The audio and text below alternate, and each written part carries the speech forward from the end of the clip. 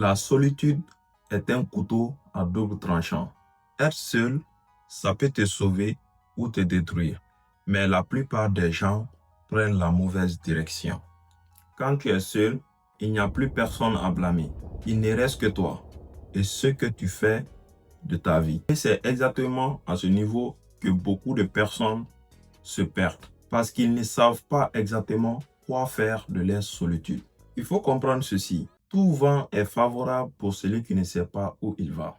Pour quelqu'un qui est dans la solitude avec aucun but, directement il se voit tomber dans la dispersion, il se voit tomber dans le divertissement infini parce que la nature a horreur du vide. Soit tu travailles, soit tu te laisses aller par les divertissements de la vie. Et les divertissements de la vie, il y en a beaucoup, surtout de nos jours, avec les réseaux sociaux, avec tout ce que nous avons autour. Très facilement, on se voit directement aller dans la mauvaise direction. Tandis que quand nous sommes dans la solitude et que nous avons un but précis, la solitude devient un amplificateur de cela. Quand tu es seul, sans direction, tu ne montes pas. Tu descends lentement, mais sûrement. C'est comme quelqu'un qui est tenté parfois à développer de mauvaises habitudes parce que lors de sa solitude, il ne sait pas quoi faire. On dit à cette personne, arrête de fréquenter telle personne, arrête de faire ceci, cela.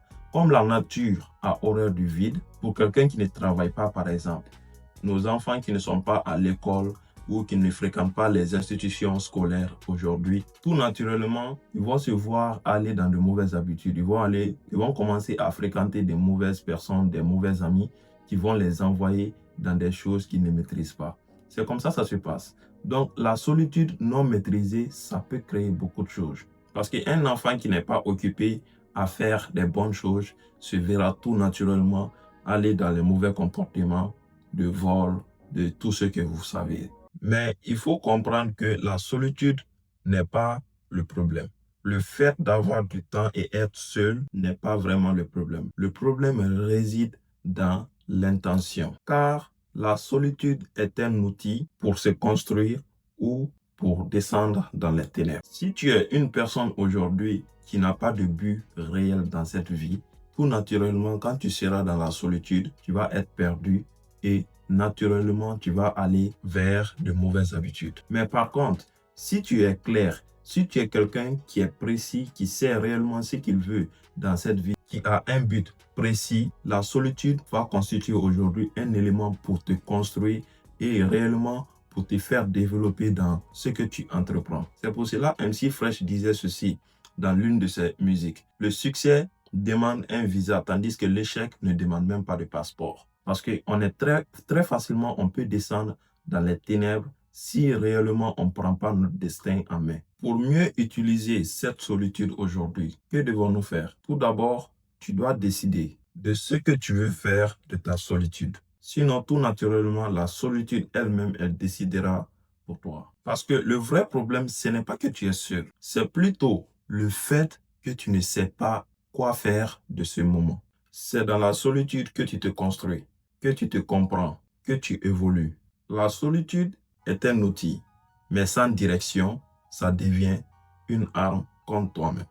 Il faut faire très attention, car notre esprit, c'est comme un jardin. Si tu ne contrôles pas ton esprit en y plantant des bonnes herbes, de bonnes réflexions, tout naturellement, il y aura des mauvaises herbes qui vont pousser d'eux-mêmes et directement, ça va te détruire. Raison pour laquelle on doit tout faire aujourd'hui pour pouvoir contrôler notre esprit.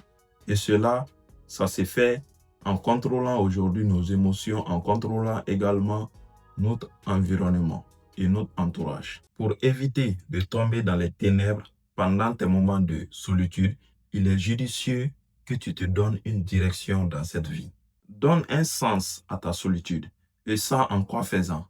En déterminant et en te fixant un objectif clair, en créant de nouvelles habitudes, en gérant ton temps. Évite de passer la plupart de ta journée sans les planifier. Il faut toujours planifier ta journée pour éviter de tomber dans les ténèbres parce que tu ne sais pas quoi faire de tes journées.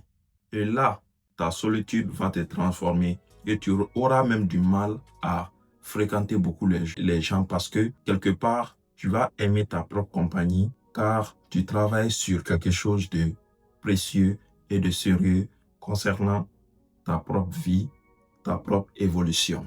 Ce moment de solitude que tu fuis, c'est peut-être celui qui peut changer ta vie. C'est comme dans mon cas. Quand j'ai contracté une dette ici au Canada, j'étais à découvert dans ma banque dernièrement.